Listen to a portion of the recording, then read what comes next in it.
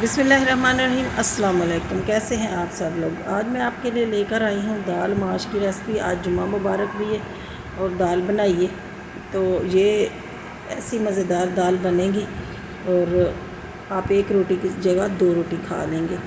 तो सबसे पहले माश की दाल को 2-3 पानी में धो लेना और 2-3 घंटे भिगो के तो इसको हल्का सा बॉयल कर लेना, ज़्यादा नहीं बॉयल करना क्योंकि ये बहुत जल्द गल जाती है।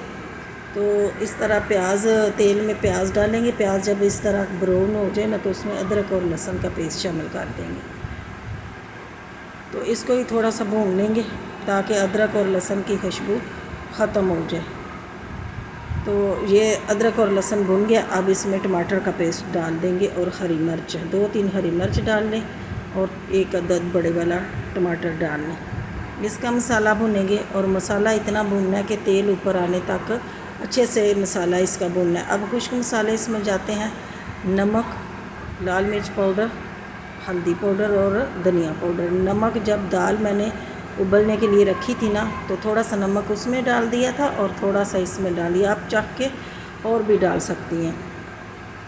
ये देखें मसाला हमारा अच्छे तरीके से भुन गया। अब इसमें धनिया डाल देती हूँ। धनिया इसलिए डाला कि कुछ ना बच्चे ऊपर से धनिया डालो ना तो धनिया नहीं खाते, तो इसलिए मैंने साथ ही मसाले के धनिया डाल दिया कि धनिया भी भुन जाएगा और पता भी नहीं चलेगा, हल्का ही धनिया रहेगा। अब इसमें उबली हुई दाल शामिल कर लेंगे और दाल को थोड़ा सा मतलब बहुत ज़्यादा नहीं उबाला, थोड़ा सा इसमें भी पक जाएगी। ये पानी आपको नज़र आ रहा है ना, ये पानी खुश्क होने तक इसको पकाते हैं और जो दाल में कसर रह गई है ना वो भी ख़त्म हो जाएगी।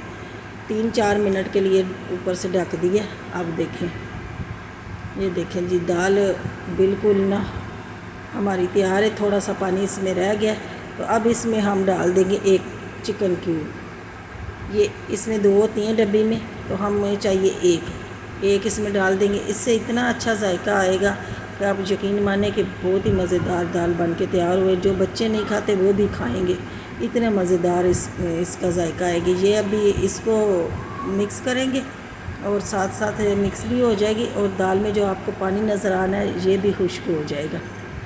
और ये इसको याद रहे कि लोई की मदद से ना तो दाल में से ढूंढ के इसको अच्छे से मैश कर लेना इसके अंदर ही।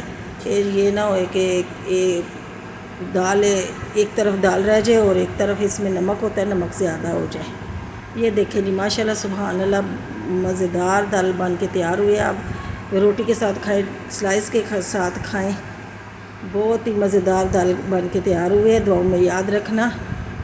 अल्लाह।